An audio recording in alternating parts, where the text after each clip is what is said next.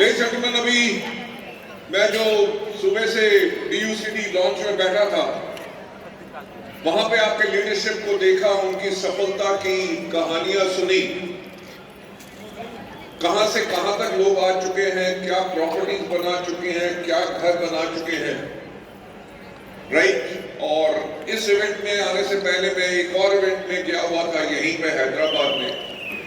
वहां पे मैं लोगों को मिला जिनकी लाइफ टोटल ट्रांसफॉर्म हो चुकी है because of the power of the Vestige system. And मैं विनिंग टीम के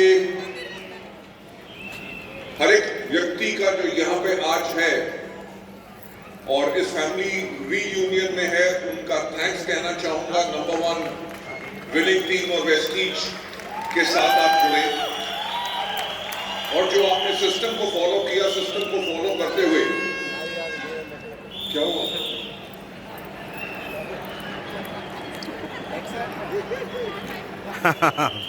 मेरी रिक्वेस्ट रहेगी, no whistling and no horns and no सिटीज। हाँ करेक्ट है, राइट। व्हाई? बिकॉज मैं आप लोगों से कुछ विषయం చెప్పనీరు चाहता हूं, अगर आप ये बीच में एक्साइटमेंट बताएंगे तो मेरी एक्साइटमेंट एंड थॉट प्रोसेस टूट जाएगा।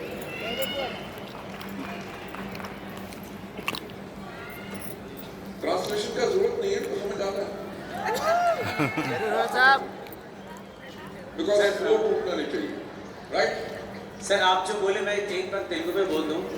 సో మనం అందరము ఇప్పుడు మధ్యలో ఏం సౌండ్ చేయకండి, విజిల్స్ కావచ్చు, అది ఏదో మనం సౌండ్ చేస్తున్నాం కదా, అవి ఏం చేయకండి, సార్కి డిస్టర్బ్ అవుతుందట। సో మంచిగా సైలెంట్ గా మనం విందాం, ఓకేనా? Thank you so much sir.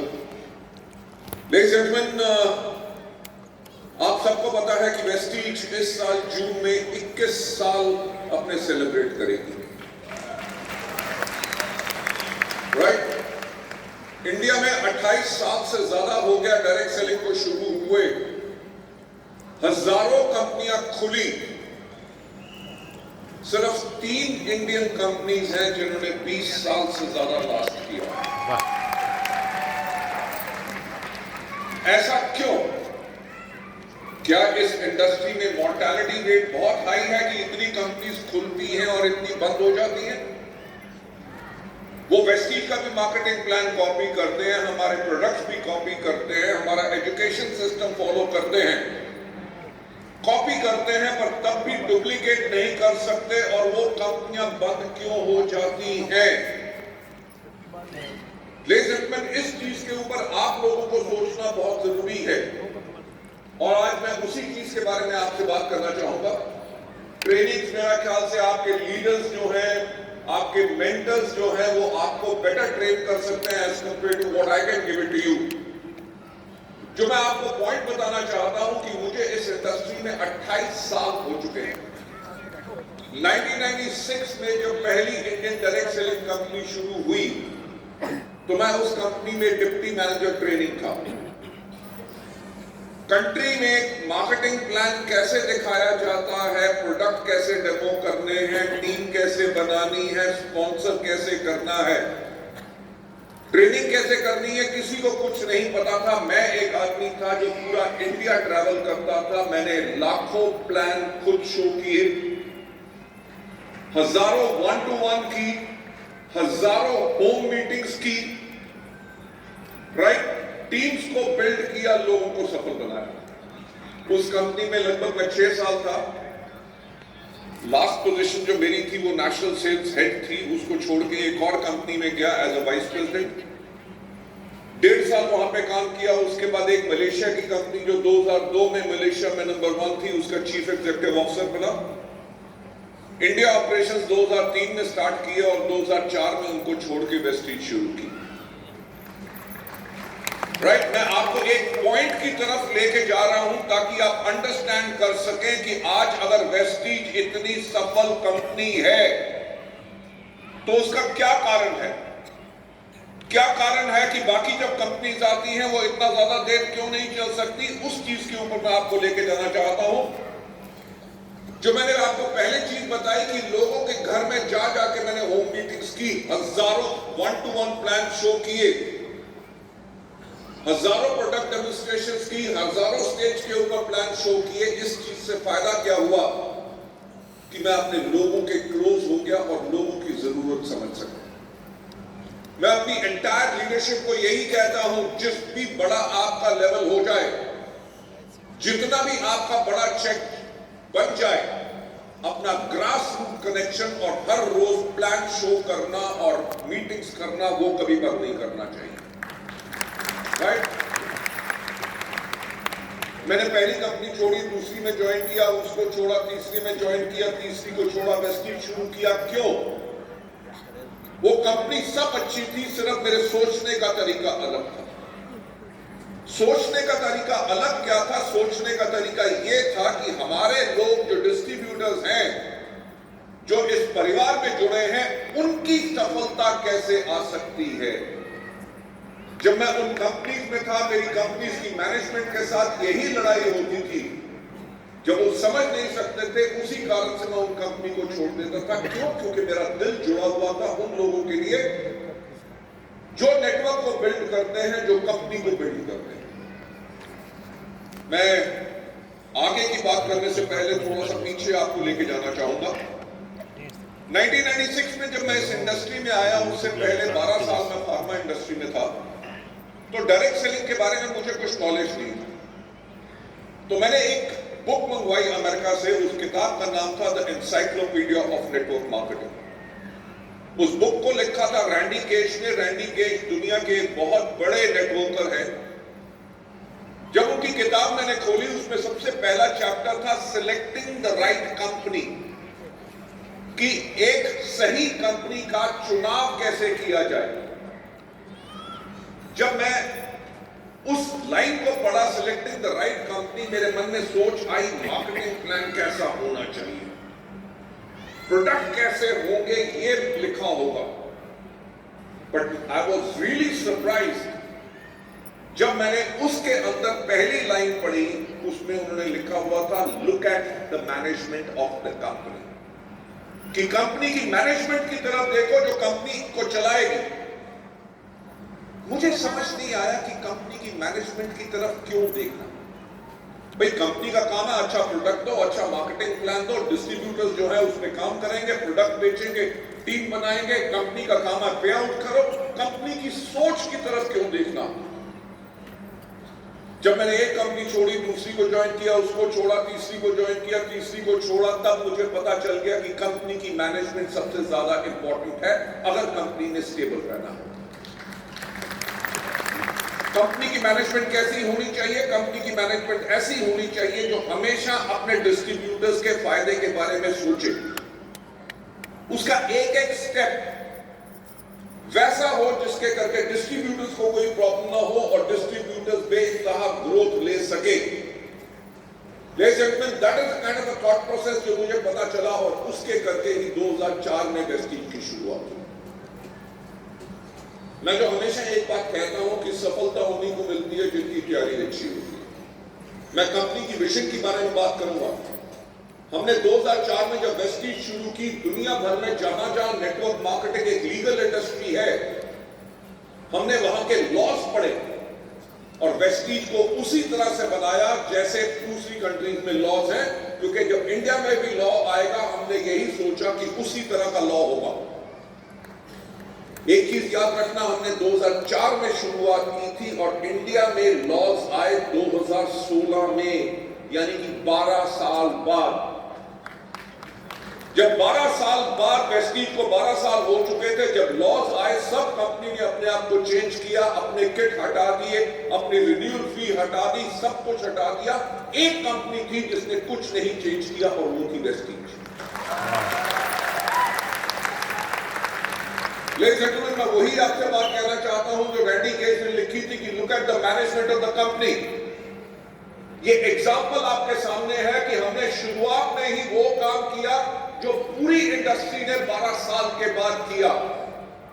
अगर मैनेजमेंट के पास ये सोच ना होती फ्यूचरिस्टिक, अगर हम चेंज करते तो शायद बिजनेस बिल्कुल उल्टा सीधा होगा।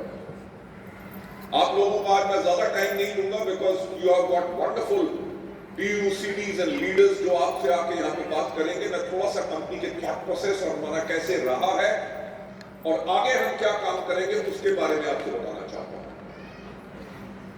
जब 2004 में हमने शुरुआत की, और मैं बात कर रहा हूं 2011 की, हमें 7 साल कंप्लीट हो चुके थे और उन 7 साल में हमारा क्यूमुलेटिव एवरेज ग्रोथ रेट 135% था। यानी कि कंपनी हर साल 135% की एवरेज ग्रोथ कर रही थी।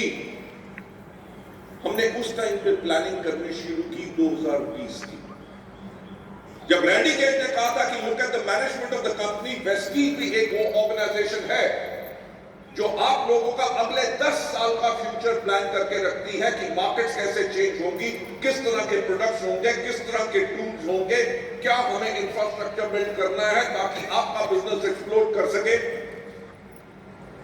हमने जब 2011 में तैयारी करनी शुरू की, हमने देखा क्या कि 2020 के अंदर इंडिया की 70% पॉपुलेशन जो है उसकी एज 35 से कम हो। 2011 तक, 2004 से 2011 तक वेस्टीज एक बहुत ही सीरियस हेल्थ केयर कंपनी थी। हमारे जितने डिस्ट्रीब्यूटर्स थे वो डिस्ट्रीब्यूटर्स कम और डॉक्टर ज्यादा बन चुके थे। किसी के पास जाते थे, आपको कोई बीमारी है, अगर वो कहता था ये फैंटास्टिक, आप ये खाओ ठीक हो जाओगे। व्हाई? बिकॉज प्रोडक्ट्स के रिजल्ट्स वो फैंटास्टिक जो आज के दिन पे भी हैं। So whether it is asthma, whether it is thyroid, whether it is skin problem, whether it is eyesight problem, whether it is falling hair, whether it is tumors, various problems के अंदर लोगों को इतने बेहतरीन रिजल्ट मिलते थे कि हमारा business total doctor and patient का बिजनेस हो गया था। लेकिन हर साल 135% ग्रोथ 7 साल तक लगातार, which is a world record. World record कि किसी कंपनी ने दुनिया भर में 7 साल तक लगातार 135% ग्रोथ नहीं की थी। मैं जो बात कह रहा था कि रैंडी गेज ने कहा था कि look at the management of the company. एक सक्सेसफुल बिजनेस मॉडल जो हर साल आपको 100% ग्रोथ दे रहा है। जब हमने देखा कि 2020 में 70% इंडिया की पॉपुलेशन 35 ईयर्स से कम होगी, तो हमने कहा 2020 में जो 35 ईयर्स के कम के लोग होंगे, अगर वो सोचेंगे कि वेस्टीज के प्रोडक्ट्स उन लोगों के लिए हैं जिनकी एज 50 से ज्यादा है और जिनको कुछ बीमारियां हैं, तो शायद हमारा बिजनेस उस टाइम डाउन आ जाएगा। तो 10 साल पहले हमने अपने आप को चेंज करना शुरू किया। हमने अपने प्रोडक्ट्स को पैकेजिंग चेंज की, उसके ऊपर यंग बॉयज एंड गर्ल्स के फेसेस लगाए ताकि वो कोरिलेट कर सके। अपने प्रोडक्ट कैटलॉग चेंज किए, अपनी वेबसाइट चेंज की। एंड इंडिया में we were the first company जिसने मोबाइल एप्लीकेशन लॉन्च किया। Why? Because youngsters are very tech savvy. They want to have information immediately, उनको services immediately चाहिए। हमने ये किया, हमने TrueMan as a category launch की, क्योंकि जब यंगस्टर्स आएंगे उस टाइम पे शुरू हो चुका था कि यंगस्टर्स कोटी रखते थे, बालों पे स्पाइक करते थे, राइट, कान में बाली डालते थे, गौतम बाली नहीं, दूसरी बाली, राइट। सो हमने तभी मेंस ग्रूमिंग की कैटेगरी TrueMan लॉन्च किया। हमने स्किन फॉर्मुला 9 लॉन्च किया, premium skin care. Why? Because number of beauty parlours were growing, young आने वाली पॉपुलेशन और ज्यादा सुंदर बनना चाहती है, वेल ग्रूम्ड है। हमने एश्योर नेचुरल लॉन्च किया, यूथ आइकॉनिक प्रोग्राम शुरू किए, वुमेन एम्पावरमेंट प्रोग्राम शुरू किए, मिस्टर ऑफ मिलान लॉन्च किया। लेडीज एंड जेंटलमैन, 2011 में हमारा टर्नओवर था 50 करोड़ और 2020 में जब हमने क्लोज किया तो हमारा टर्नओवर था 2200 crore. That's a record of its sorts कि 50 करोड़ से कंपनी ने 10 साल के अंदर 2200 करोड़ का टर्नओवर किया।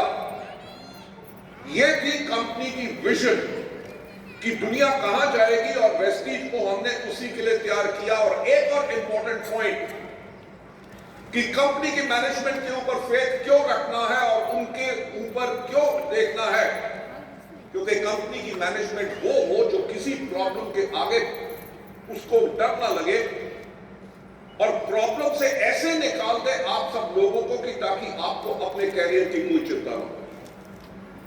2011 से 2020 की जो जर्नी है उसके अंदर मैं आपको 4 मेजर इंसिडेंट बताऊंगा। 2011 में जब हमने चेंज किया, 2014 में हमारे माननीय प्रधानमंत्री आए श्री नरेंद्र मोदी जी और उन्होंने कहा मेक इन इंडिया। हाँ या ना? ये सुनो, मेक इन इंडिया कहा और जितने बाहर से इंपोर्टेड प्रोडक्ट्स आ रहे थे उनकी रजिस्ट्रेशन बंद हो गई, कोई प्रोडक्ट बाहर से आना बंद हो गया। हमारा जो एश्योर कैटेगरी थी वो एक जापानीज कंपनी मिलेट अपने थाईलैंड के प्लांट में बनाती थी। हमारा L-arginine अमेरिका से बन के आता था, हमारे डिटॉक्स पैक चाइना से आते थे, हमारा इतना रॉ मटेरियल बाकी देशों से आता था, सब आना बंद। कंपनी ग्रोथ पे है और प्रोडक्ट अवेलेबल बंद। कंपनी ने क्या किया? कह सकते थे अब प्रॉब्लम है, हम कुछ कर नहीं सकते, मोदी जी ने क्या कर दिया। कंपनी ने 2 महीने के अंदर अंदर अपना इनोवेशन सेंटर खोला और 4 महीने के अंदर वो सारे प्रोडक्ट्स इनोवेट करके लॉन्च कर दिए। लेडीज एंड जेंटलमैन, मैनेजमेंट की तरफ क्यों देखना है? लोग कह रहे थे जापानीज क्वालिटी इंडिया में कैसे बनाओगे? अमेरिका से L-arginine बनता है, वैसी फॉर्मुलेशन और वैसा प्रोडक्ट कैसे बनाओगे? पर हमारे अपने सेंटर के करके, इनोवेशन के करके हमने उससे बेटर फॉर्मुलेशन आपको दी। दिस वाज 2014 जब हमने शुरुआत की। 2016 में आपको याद होगा एक दिन रात को सितंबर के महीने के अंदर नरेंद्र मोदी जी आए थे शाम को 8 बजे और उन्होंने कहा था डिमोनेटाइजेशन 500 और 1000 के नोट बंद। हमारा उस टाइम पे मंथली टर्नओवर था 72 करोड़ रुपीस, जो एक महीने में गिर के आ गया 47 करोड़। जब हमारा टर्नओवर था 72 करोड़ रुपीस, हम टारगेट कर रहे थे 150 करोड़। हमने नई फैक्ट्री खरीद ली थी, नई फैक्ट्री लगा ली थी, हमने नए ऑफिसेस खोल लिए थे, नए वेयरहाउस खोल लिए थे और ज्यादा एम्प्लॉयज हायर कर लिए थे, क्योंकि जब डबल टर्नओवर होगा तो डबल नंबर ऑफ एम्प्लॉयज चाहिए लोगों को सर्विस करने के लिए। और सेल एक महीने में 50% डाउन। कंपनी ने एक आदमी को नहीं निकाला, सारे अपने इंफ्रास्ट्रक्चर को मेंटेन किया। हमें 1 साल लगा वापस 72 करोड़ पे जाते हुए। राइट? इसे कहते हैं मैनेजमेंट ऑफ द कंपनी। ये 2 इंसिडेंट आपको बताया जिसके अंदर कंपनी ने पैनिक नहीं किया, बल्कि उसका सॉल्यूशन निकाल के कंपनी को फिर आगे बढ़ाया। 2016 में जब डीमोनेटाइजेशन हुई, 2018 में आ गया जीएसटी। आयुर्वेदिक कैटेगरी के ऊपर 5% वैट होता था, जो जीएसटी हो गया 12%। पर्सनल केयर कैटेगरी पे 12% वैट होता था, जो 18% जीएसटी हो गया। मार्केट में नेगेटिविटी फैल गई कि वेस्टीज ने अपने प्रोडक्ट का दाम बढ़ा दिया। समझाया, टीम्स को साथ लिया, thanks to our leadership we started growing again. 2018 के बाद 2020 में क्या आया? कोरोना, जिसने दुनिया को कुछ नहीं करने दिया। भाई दुनिया कहती थी कोरोना आया, कोविड क्या है? चाइनीज है। चाइनीज चीज तो वैसे ही नहीं चलती, तो ये भी इंडिया में आके खत्म हो जाएगा। आपको याद है कोरोना के टाइम पे एक बड़ी रात को सब लोगों ने पूरे इंडिया में थाली बजाई थी चमचे के साथ? हाँ या ना? क्यों? क्योंकि थॉट प्रोसेस था कि वाइब्रेशन से कोरोना खत्म हो जाएगा। हुआ?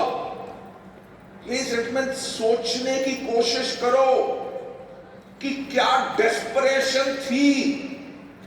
कोई सॉल्यूशन नहीं था, कोई वैक्सीन नहीं थी, लाखों लाखों लोग दुनिया में मर रहे थे, सारे बिजनेसेस बंद थे, एरोप्लेन नहीं चल रहे, ट्रेन नहीं चल रही, बसेस नहीं चल रही, सारी दुनिया बंद थी।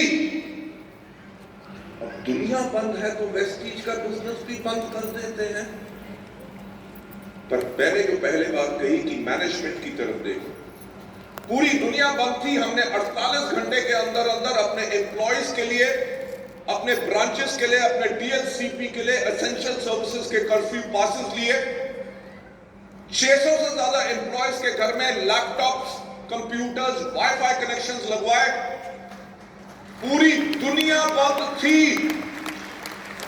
कोई बिजनेस नहीं चल रहा था, लोगों की नौकरियां जा रही थी, लोगों की सैलरियां कट हो रही थी। पूरी दुनिया बंद थी, पर 48 घंटे के बाद दुनिया में सिर्फ एक बिजनेस चल रहा था और वो था वेस्टीज का बिजनेस। यह बहुत इजी ऑप्शन है, हाथ के ऊपर हाथ रख के बैठो, अभी तो कोरोना है, कुछ नहीं हो सकता। दुनिया बंद है तो हम क्या करें? But that is not the thought of a good management. Management जो लीड करना चाहती है अपने लोगों के बारे में सोचती है। हमारी महीने में 2000 से ज्यादा CNTs होती थी। 48 घंटे के बाद पूरी कंट्री जूम के ऊपर थी और वेस्टीज का बिजनेस कोरोना के टाइम में, जहां पे दुनिया प्रॉब्लम में गई, लाखों बिजनेस बंद हो गए, वेस्टीज का हाईएस्ट एवर बिजनेस हमारा कोरोना के बीच में हुआ।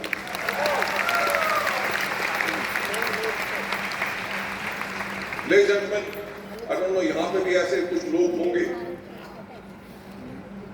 क्योंकि 2020 में 23 मार्च को लॉकडाउन लगा था और 10 अप्रैल को हमने पे आउट करना था। सारे बैंक्स बंद थे, पर वेस्टीज का जो प्रॉमिस है कि 10 तारीख को पे आउट होगा, हमारा पे आउट तब भी 10 अप्रैल को। उसके साथ साथ 19,000 ऐसे लोग थे जो रेगुलर क्वालिफाई कर रहे थे और वेस्टीज से उनको चेक जा रहा था। कोविड के करके वो क्वालिफाई नहीं कर सके। वेस्टीज ने तब भी उन 19,000 लोगों को जो क्वालिफाई नहीं किए, कंट्री वाइड उनका एवरेज चेक उनको 6 महीने तक दिया।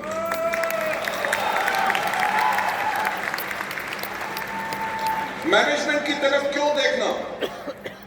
वो टाइम ये था कि सारी की सारी दुनिया, सब कंपनीज अपने कैश रिजर्व बिल्ड कर रही थी, लोगों की सैलरियां कम कर रही थी, वर्क फ्रॉम होम कर रही थी, ऑफिस छोड़ रहे थे, ताकि हम पैसा सेव करें कि कब तक कोरोना चलेगा। और वेस्टीज वो कंपनी थी जो अपने पे आउट से ज्यादा पे कर रही थी, क्योंकि हमें पता था कि ये जो हमारे लोग हैं जिनका घर वेस्टीज की आमदनी से चलता है, अगर उनके घर में आमदनी नहीं जाएगी तो वो कैसे जिएंगे। That is the reason why management की तरफ गई। Ladies and gentlemen, 2021 में जैसे मैंने कहा कि सफलता उन्हीं को मिलती है जिनकी तैयारी अच्छी होती है। 2021 में हमने प्लान करना शुरू किया 2030 के बारे में। राइट, हमेशा वेस्टीज 10 साल का पीरियड लेके चलती है कि 10 साल के पीरियड के अंदर हमने क्या करना। जब हमने 2030 के बारे में देखा तो हमें एक चीज समझ आई जो मैं आपसे पूछना चाहूंगा। आप में से कितने लोग हैं जिनके पास स्मार्टफोन्स हैं? एवरीबॉडी। स्मार्टफोन्स ने क्या किया?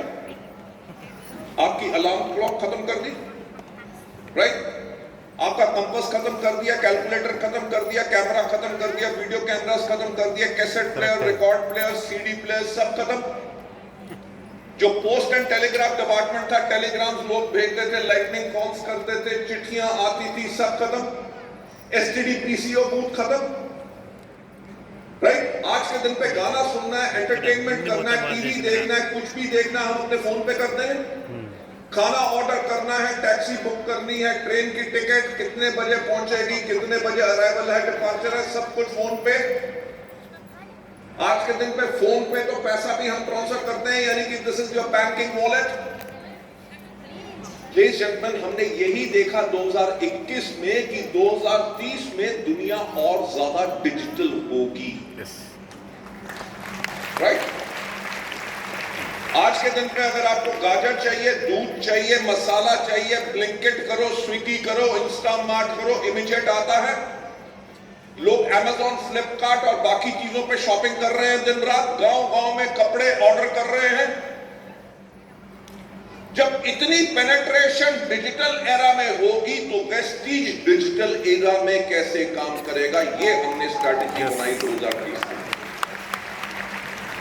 हमने इमीडिएटली उसके ऊपर काम करना शुरू कर दिया था कि आगे आने वाले टाइम में आप कैसे अपने सोशल मीडिया हैंडल से अपने बिजनेस को प्रमोट करेंगे, अपने प्रोडक्ट को कैसे प्रमोट करेंगे। जब आपके लोग प्रोडक्ट के बारे में या आपके बिजनेस के बारे में देखेंगे, वो कौन से लोग हैं जो आपके पर्सनल केयर ले सकते हैं, कौन से लोग हैं जो आपके हेल्थ केयर ले सकते हैं, कौन से हैं जो आपके एग्री के प्रोडक्ट्स ले सकते हैं, किनको आप डिस्ट्रीब्यूटर बना सकते हो, किनको कस्टमर बना सकते हो, कितने लोग हैं जो आपके सीएनसी कर रहे हैं, कितनों ने पिछले 2 महीने में नहीं की आपसे हेल्थ केयर के प्रोडक्ट्स कौन से ले रहे थे, कौन का फिर से ऑर्डर ड्यू है, ये सारी इंफॉर्मेशन हम आपको सिस्टम के थ्रू देंगे। इतना ही नहीं,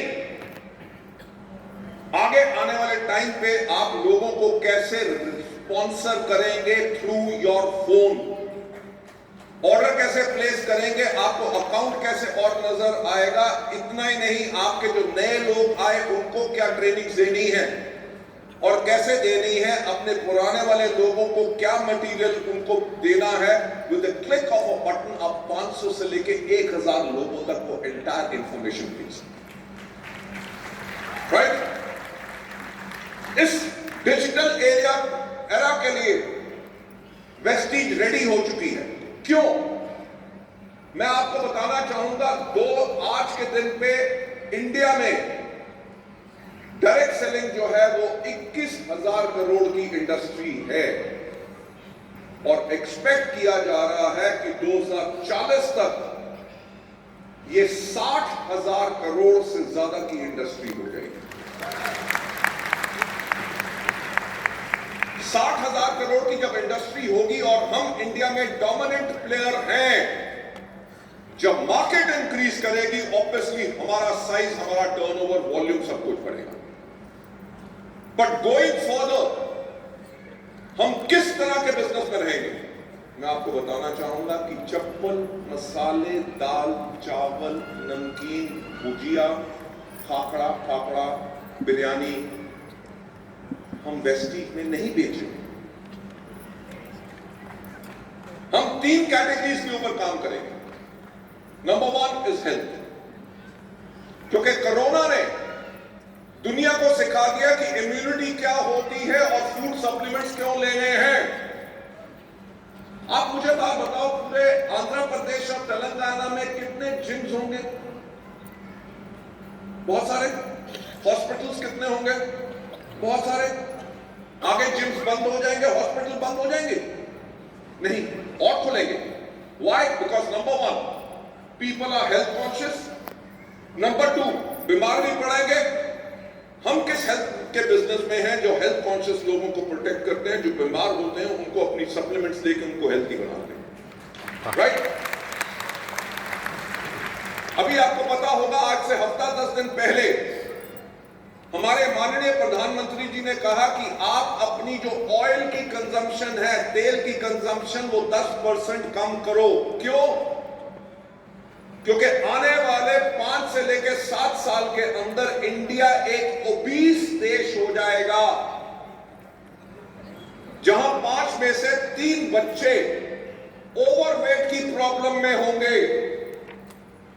तभी वेस्टीज ने वेस्टलिन रेंज लॉन्च की है और हमारा टारगेट है कि इस साल हम वेस्टलिन कैटेगरी से कम 1000 करोड़ का बिजनेस करेंगे और 2030 तक कम से कम 4000 करोड़ का बिजनेस सिर्फ वेस्टलिन कैटेगरी से करेंगे। सो नंबर 1 हमारा फोकस रहेगा हेल्थ केयर प्रोडक्ट्स। नंबर 2, यहां पे कितनी लेडीज बैठी हैं? लेडीज हाथ खड़ा करें। फैंटास्टिक। मैं आप सबको, कल हमारा इंटरनेशनल वुमेन्स डे था, दिल्ली में हमने और कलकत्ता में बहुत बड़ा एक इवेंट किया और सब लेडीज को और नारी शक्ति को मैं नमन करते हुए आपको वुमेन्स डे की बहुत बहुत शुभकामनाएं देना चाहता हूं।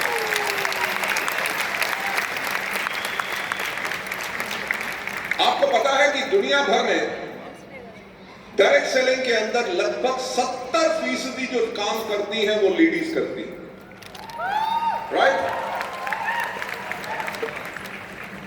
आज के दिन पे ये जो इंडस्ट्री है वर्ल्ड ओवर लगभग 15 लाख करोड़ रुपए की है। 15 लाख करोड़ रुपए में से 70% जो बिजनेस कर रहा है वो लेडीज कर रही हैं, इसलिए लेडीज के लिए जोरदार तालियां।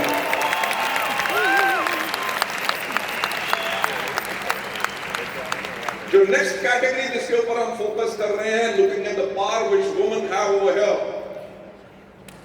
हम मेजर हमारा फोकस रहेगा ब्यूटी की कैटेगरी पर, right?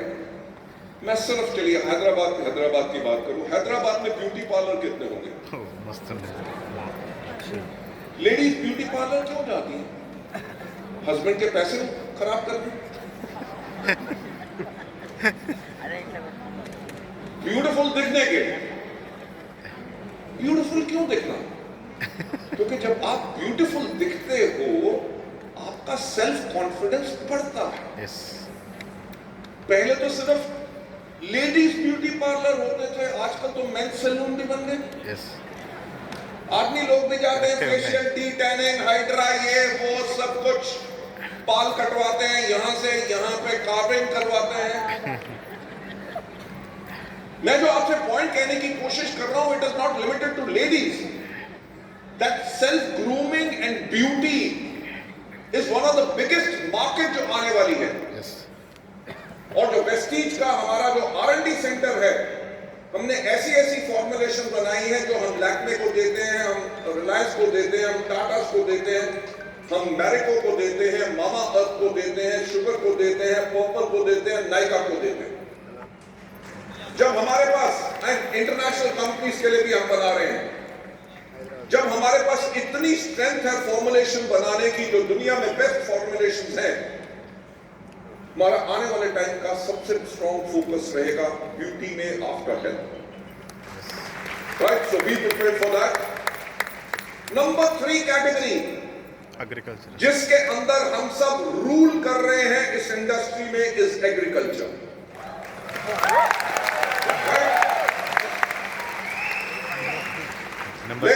Last year direct selling company सब की सब मिला के एग्रीकल्चर सेक्टर के अंदर उन्होंने 400 करोड़ का टर्नओवर किया था, और उस 400 करोड़ में 200 करोड़ सिर्फ वेस्टीज ने किया। कैन यू इमेजिन कि हमारे प्रोडक्ट्स कितने इफेक्टिव हैं? तभी 50% मार्केट शेयर हमारे पास है। Since India is again in technology, हमारी गवर्नमेंट का फोकस आज के दिन पे है कि आउटपुट बढ़े, ऑर्गेनिक खेती हो, लोगों के पास पॉइजन ना जाए।